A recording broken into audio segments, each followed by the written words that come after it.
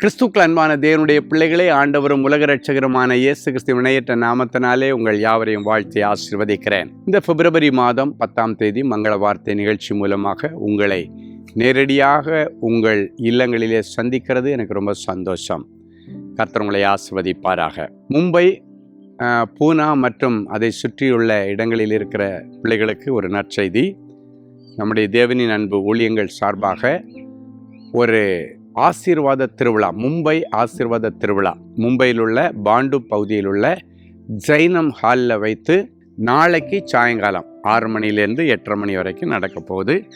அடிமை வந்து மும்பை ஆசீர்வாதத்திற்காக, உங்கள் எல்லாருடைய ஆசீர்வாதத்திற்காக, உங்கள் வாழ்க்கையில் இருக்கிற ஆசீர்வாத தடைகளை உடைக்கும்படியாக கர்த்தர் வருகிற நாட்களிலே உங்கள் குடும்பங்களிலே என்னென்ன செய்ய போகிறார் என்கிற காரியங்களை உங்களுக்கு வெளிப்படுத்துவதற்காக அடிமை ஆண்டவர் அபிஷேகம் பண்ணி கொண்டு வருகிறார்.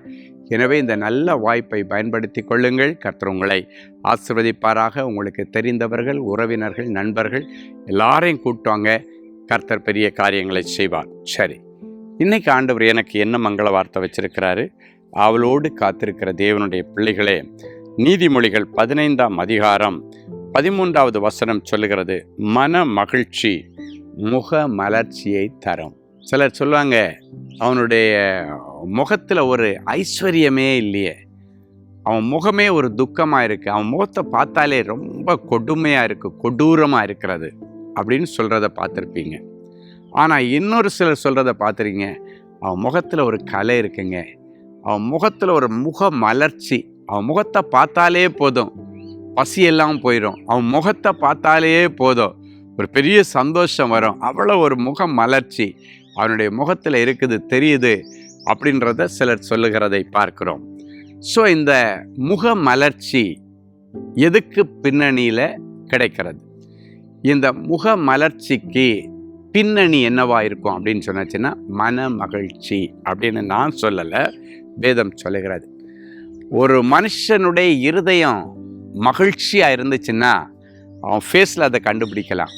அவனுடைய மனசு துக்கமாக இருந்தாலும் அதை அவனுடைய முகத்தில், ஃபேஸில் நம்ம கண்டுபிடிச்சிடலாம்.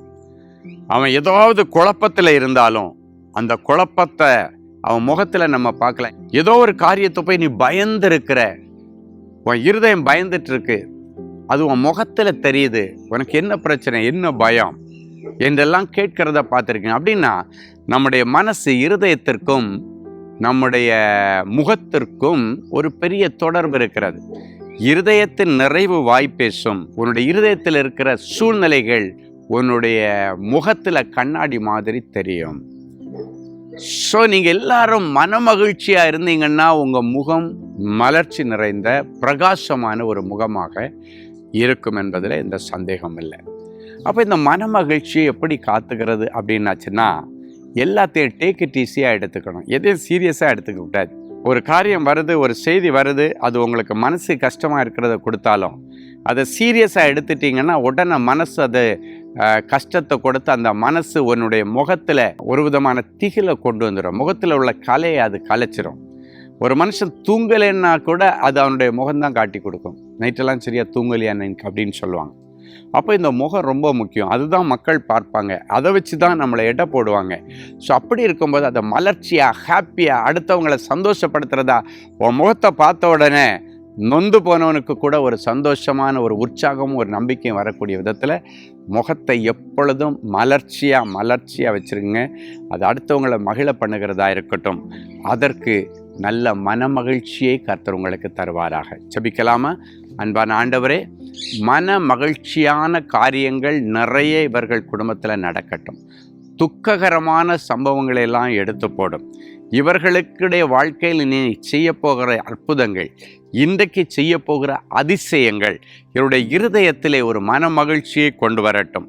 அது இவர்களுடைய முகத்திற்கு மறுமலர்ச்சியை கொடுத்து பார்க்கிற எல்லாருக்கும் அது ஒரு சமாதானத்தையும் சந்தோஷத்தையும் நிறைவையும் கொடுக்கும்படி நிறைஞ்ச மனசில் இவர்களை ஆசீர்வதிக்கிறேன். அற்புதம் செய்யும் இயேசுவின் மூலம் பிதாவே.